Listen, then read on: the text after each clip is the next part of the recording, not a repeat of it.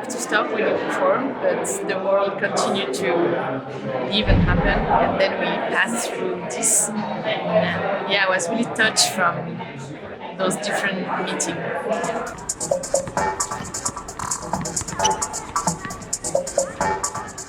Mladi Levi so v mojem srcu na zelo posebnem mestu, ker so festival, ki mi je pokazal gledališče, ki me zanima in tako, kot me zanima.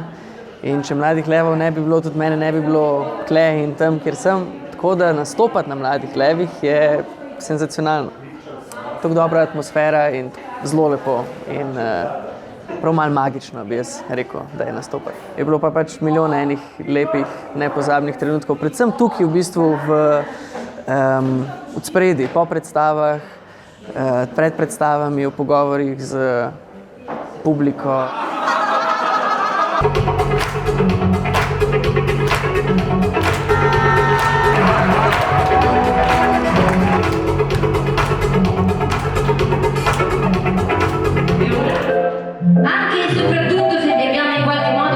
Jaz mislim, da smo zelo počaščeni, da smo lahko to predstavo v bistvu pripeljali iz Prage in jo tu pokazali pred slovensko publiko. Se po predstavi se gre tja na drink in se potem predstavi pogovarja in se mi zdi, da v bistvu to tudi manjka ful v nekem vsakodnevnem ali pa umetniškem svetu. Kolektivno komentiranje ali pa reflektiranje nekega dogodka, ta v bistvu skupno doživetje, ki ga predstava ali pa festival v bistvu lahko nudi. No.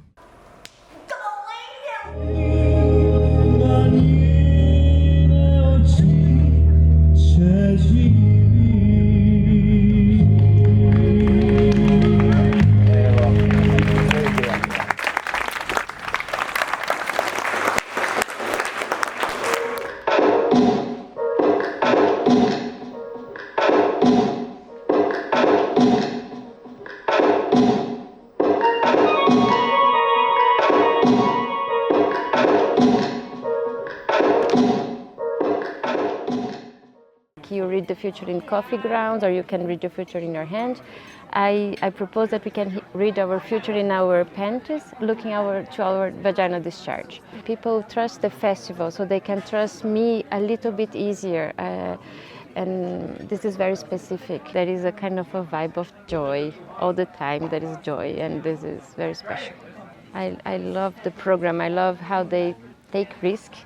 My work was so respected and taken care since the beginning.